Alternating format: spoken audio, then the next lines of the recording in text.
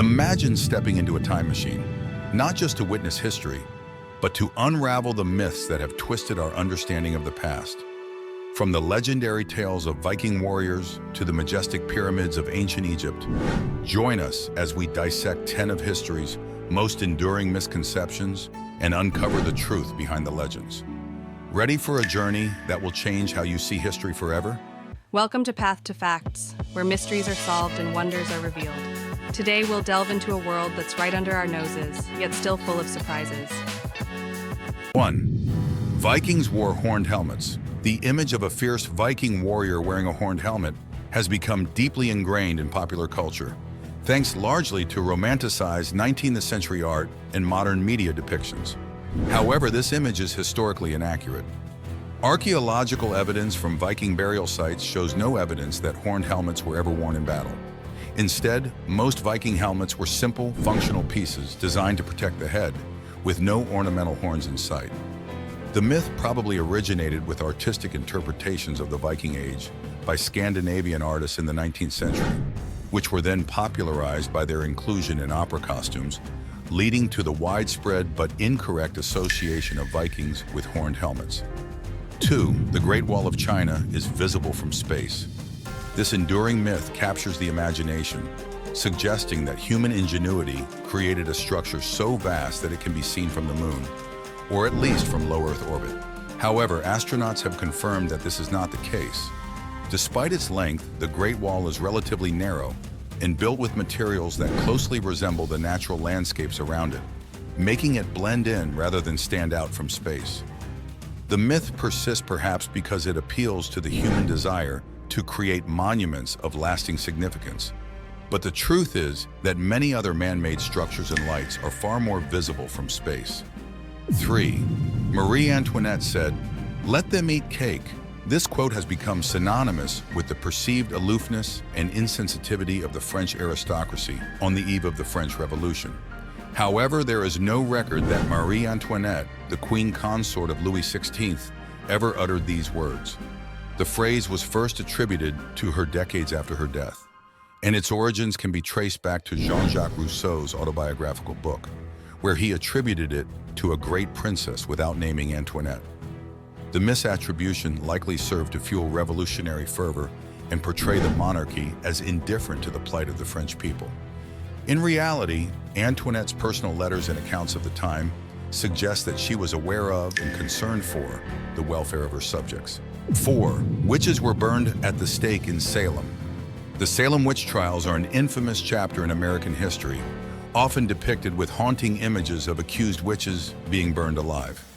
In reality, the tragic fate of those found guilty of witchcraft in Salem, Massachusetts, in the late 17th century was hanging, except for one man who was pressed to death under heavy stones for refusing to enter a plea.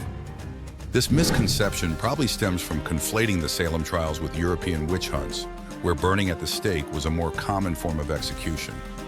The legacy of the Salem witch trials is a complex mix of superstition, fear, and a legal system that allowed spectral evidence to be sensationalized over the centuries into the burning myth.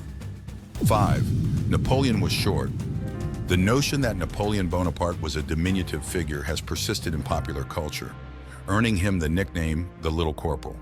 In reality, Napoleon was of average height for a Frenchman of his time, about 5 feet 7 inches tall. The confusion over his height stems from the difference between the French and British systems of measurement. In French inches, his height was recorded as 5 feet 2 inches. In addition, British propaganda of the time delighted in depicting Napoleon as short in order to diminish his stature and intimidate him. Over time, this portrayal has overshadowed historical fact, contributing to the enduring myth of Napoleon's supposed shortness. 6. Christopher Columbus discovered America. This widely taught simplification glosses over the complex pre-Columbian history of the Americas, which were inhabited by diverse indigenous civilizations long before Columbus's arrival in 1492. In addition, the Norse explorer Leif Erikson and his crew reached the shores of North America around the year 1000, nearly 500 years before Columbus, and established a settlement in what is now Newfoundland, Canada. The narrative of Columbus' discovery of America erases not only the presence of these earlier European explorers, but more importantly, the the rich cultures and societies of the Native American peoples who had lived in these lands for thousands of years. 7. Albert Einstein failed math. The myth that Albert Einstein struggled with mathematics in school is a gross misrepresentation of his academic abilities. Einstein was a child prodigy in mathematics, mastering calculus by the age of 15. His own writings and academic records show that he excelled in physics and mathematics from an early age, challenging the conventional wisdom of the day and developing theories that would revolutionize our understanding of the universe. The origin of this myth is unclear, but it seems to stem from a misunderstanding or misinterpretation of his early academic record, and it ironically contradicts the reality of Einstein's remarkable intellectual abilities in the fields of mathematics and physics. This misconception may offer comfort to students facing academic challenges, suggesting that even geniuses can struggle in school. But in Einstein's case, it's simply not true. His early recognition of complex spatial relationships and his questioning of the Newtonian framework laid the groundwork for his later revolutionary theories, including special and general relativity. 8. The Iron Maiden was a common torture device in the Middle Ages. The Iron Maiden is often portrayed in movies, books, and museums as a sinister instrument of medieval torture designed to impale its victim with spikes when closed. However, its existence in the Middle Ages is largely unsupported by historical evidence. The consensus among historians is that the Iron Maiden was probably a concocted legend, or at best, a rarity invented or exaggerated in later centuries, particularly during the 18th and 19th centuries, as part of a fascination with the macabre aspects of medieval history. Its enduring presence in popular culture as a symbol of medieval brutality speaks more to Victorian-era sensationalism and the modern media's love of the grotesque than to historical accuracy. 9. Julius Caesar was born by caesarean section. The belief that Julius Caesar was born by caesarean section has captured the public imagination, largely because of the similarity between his name and the surgical procedure. However, historical accounts suggest that Caesar's mother, Aurelia, lived for many years after his birth, which would have been highly unlikely had she undergone a C-section at the time, given the procedure's high maternal mortality rate in the absence of modern antiseptics and surgical techniques. The term caesarean may derive from the Latin word caesus, meaning cut, but it is unlikely to be directly related to Caesar's birth. The procedure was known in ancient times, but it was usually performed only when the mother was dead or dying, making it unlikely to have been the method of birth for a healthy Julius Caesar. 10. The pyramids were built by slaves. This misconception paints a picture of ancient Egypt that is at odds with recent archaeological evidence. The belief that the Great Pyramids of Giza were built by an oppressed slave labor force has been a staple of popular culture and education. However, evidence now shows that the pyramids were built by a workforce of thousands of skilled workers who lived in a nearby temporary city. These workers were well cared for, receiving rations of food, medical care, and even some form of payment, suggesting that they were respected builders, not slaves.